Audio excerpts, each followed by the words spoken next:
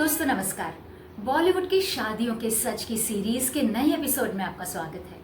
आप में से कई यूजर्स ने मुझसे रणबीर कपूर और आलिया भट्ट की शादी की सच्चाई बताने की डिमांड की थी। तो आज मैंने फैसला किया कि चलो बॉलीवुड के सो कॉल यंग जोड़े की शादी का सच आपको बता ही देती हूँ। तो दोस्तों, इस कपूर भट्ट के संगम से पहले जो बहुत बड़ा ड्रामा हुआ वो कभी बाहर नहीं आया और न कहीं छपा, न किसी गरीबी ने मुंह खोला, तो आप तक भी नहीं पहुंचा। इन दोनों की शादी से पहले कई सारे लव अफेयर्स तो हुए ही, लेकिन ये शादी किन हालातों में हुई, कैसानोवा कहलाने वाले कपूर खानदान के शहजादे को आलिया ने कैसे शादी के लिए राजी किया या कहीं कि एक तरह से मजबूर कर दिया, वो बहुत बड़ा ड्रामा है। और ड्रामा ये भी है कि इसमें एक बड़ा शार्प लव ट्रायंगल भी है। वो तीसरा एंगल बॉलीवुड की एक नेपो किड हीरोइन ही थी। ये सब मैं इस वीडियो में आपको बताऊंगी। दोस्तों, वीडियो बहुत लंबा हो रहा था, इसीलिए मैंने कई इन्फॉर्मेशन इसमें से निकालना ज़रूरी नहीं समझा और मैंने इसे 2 पार्ट्स में डिवाइड कर दिया। मैं आलिया भट्ट से कभी नहीं मिली, लेकिन रणबीर कपूर से इंटरव्यूज़ मैंने कई बार किए, कई बार मुलाकातें की।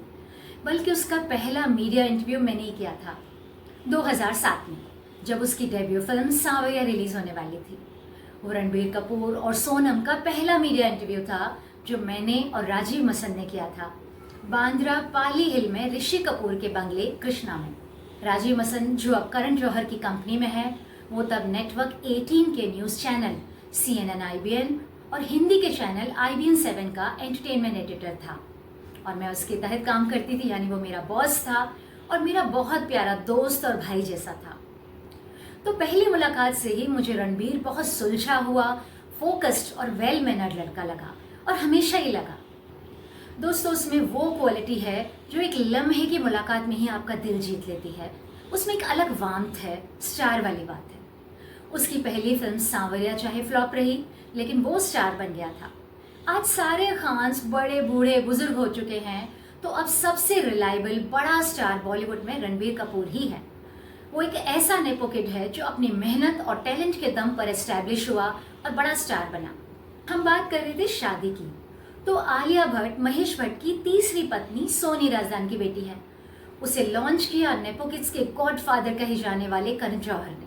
अब दोस्तों, कपूर बॉय और भट्ट कन्या की ड्रामेटिक शादी पर आने से पहले कन्या के बॉयफ्रेंड्स और वर की गर्लफ्रेंड्स की लंबी लिस्ट पर एक नजर डालते हैं, और वो काफी लंबी है, वरना कहानी अधूरी लगेगी और मजा भी नहीं आएगा। रणबीर और दीपिका के लव अफेयर पर मैंने अलग से वीडियो बनाया है, इसलिए यहाँ मैं उसकी डिटेल्स में नहीं जाऊंगी। पहले बात करते हैं रणबीर की। संजय भंसाली की सांवरिया में एक्टिंग से पहले ही रणबीर और सोनम कपूर का लव अफेयर शुरू हो चुका था, क्योंकि दोनों ही स्टार किड्स संजय भंसाली की फिल्म ब्लैक में एडी थे। वो 2005 का साल था। याद रखिए, तब सोनम 85 किलो वजन की भारी भरकम लड़की हुआ करती थी। सोनम से पहले रणबीर की टीनेज गर्लफ्रेंड थी अवंतिका मलिक। अरे वही अवंतिका मलिक जो बाद में आमिर खान के भतीजे इमरान खान की पहले गर्लफ्रेंड थी, फिर बीवी बनी और अब एक्स वाइफ बन चुकी है। इन बॉलीवुड वालों के रिलेशनशिप स्टेटस इतनी जल्दी चेंज होते हैं ना कि क्या बताओ। लोग न हुए फोन हो गए, जिनके सॉफ्टवेयर अपडेट्स और नए नए मॉडल्स आते ही रहते हैं मार्केट में। कपूर खानदान का प्रिंस रणबीर कपूर 2007 तक बॉलीवुड का भी प्रिंस बन चुका था। सोनम से ब्रेकअप के बाद आरके की लाइफ में आई लंबी परफेक्ट फिगर वाली बिकनी मॉडल दीपिका पादुकोण ने। दोनों की लव स्टोरी शुरू हुई 2007 में सिद्धार्थ आनंद की फिल्म बचना ए हसीनों के दौरान। सब जानते हैं कि दीपिका पहले से रणबीर के लिए बुरी तरह से दीवानी थी। उसे रणबीर के अपने रिश्ते को ऑफिशियल करने की इतनी ज्यादा जल्दी थी, इतनी बेसब्री थी कि उसने आरके के नाम का टैटू भी अपनी गर्दन पर गुदवा लिया। लेकिन अफसोस, रिश्ते खत्म हो जाते हैं और टैटू रह जाते हैं। वही दीपिका के साथ भी हुआ, उसका टैटू रह गया और रणबीर उसके हाथ से निकल गया। रणबीर और दीपिका का लव अफेयर 2007 से 2009 तक, यानी 2 साल ही चला। रणबीर की जिंदगी उसकी फिल्म के टाइटल की तरह ही है, यानी बचना ए हसीनो लो में आ गया। जल्दी ही दिल फेंक रणबीर दूसरी top and happening heroine Katrina Kaif की तरफ बढ़ गया। रणबीर की लाइफ से दीपिका का एग्जिट हुआ भी नहीं था कि रणबीर और कैटरीना की लव स्टोरी शुरू हो गई। 2009 में दोनों टिप्स कंपनी की फिल्म अजब प्रेम की गजब कहानी कर रहे थे। उनकी केमिस्ट्री ऑन स्क्रीन और ऑफ स्क्रीन बहुत बढ़ गई और हिट हो गई। उस वक्त रणबीर कहने को दीपिका को डेट कर रहा था और कटरीना सलमान खान की गर्लफ्रेंड थी। ऐसा लगता है जैसे कि एक फिल्म चल रही हो, लोग उसे खत्म होने के पहले निकल रहे हैं और दूसरी फिल्म शुरू हो जाए। 2012 में जब मैं टाइम्स ऑफ इंडिया के टैब्लॉइड मुंबई मिरर में थी, तब उदयपुर में जवानी दीवानी यानी ये जवानी ये दीवानी की शूट चल रही थी। तब मुझे फिल्म की यूनिट के सोर्सेज से इन्फॉर्मेशन मिली कि शूट के बाद रणबीर और दीपिका एक दूसरे के कमरे में ही वक्त गुजारते हैं। मुझे लगा पैचअप हो गया है, तो मैंने रणबीर के ऑफिशियल सोर्सेज से बात की, तो उसने ऑफ रिकॉर्ड कंफर्म किया। उसके शब्द थे कि पैचअप नहीं हुआ है, लेकिन ऐसे ही कैजुअल चल रहा है। अब आप समझ जाइए कि ये प्यार नहीं था, पैचअप नहीं था, तो कैजुअल क्या चल रहा था। खैर, बॉलीवुड के रिश्ते हैं और ये बॉलीवुड वाले ही समझ सकते हैं। रणबीर और कटरीना ने प्रकाश झा की राजनीति की, फिर उन्हें जग्गा जासूस में साइन किया गया, लेकिन शूटिंग खत्म होने से पहले उनका गंदा वाला बुरा वाला ब्रेकअप हो गया। दोनों में बहुत बड़ा झगड़ा हुआ था। दोनों एक दूसरे की शक्ल देखने को भी तैयार नहीं थे। रणबीर और कैट ने फिल्म के सीन शूट करने से इनकार कर दिया।